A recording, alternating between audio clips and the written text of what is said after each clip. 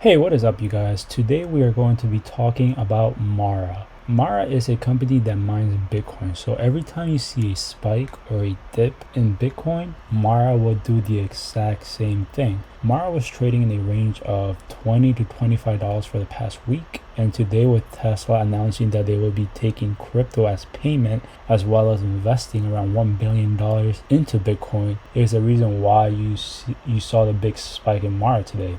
We made a new high of 34.38 in after hours, and looking at my 4-hour chart, I can see that Mara formed a cupping handle pattern, and we broke as soon as we broke $24. Now, I'm not gonna sit here and tell you that Mara is going to the moon. That is for you to decide, because if you really think Bitcoin is going to keep going to the upside, then guess what? So is Mara.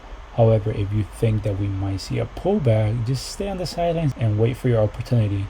I am not in Mara. I sold way too early and I'm currently trading other stocks. I'm waiting for the pullback to the 29, 25 area and possibly even this area around here. This area is where I would feel comfortable buying. Yeah, but it's hard to know. But we are definitely bound to get a pullback on Mara soon because we are overextended in the 15-minute, 30-minute, 45-minute, the 1 hour, the 4-hour, and the daily chart.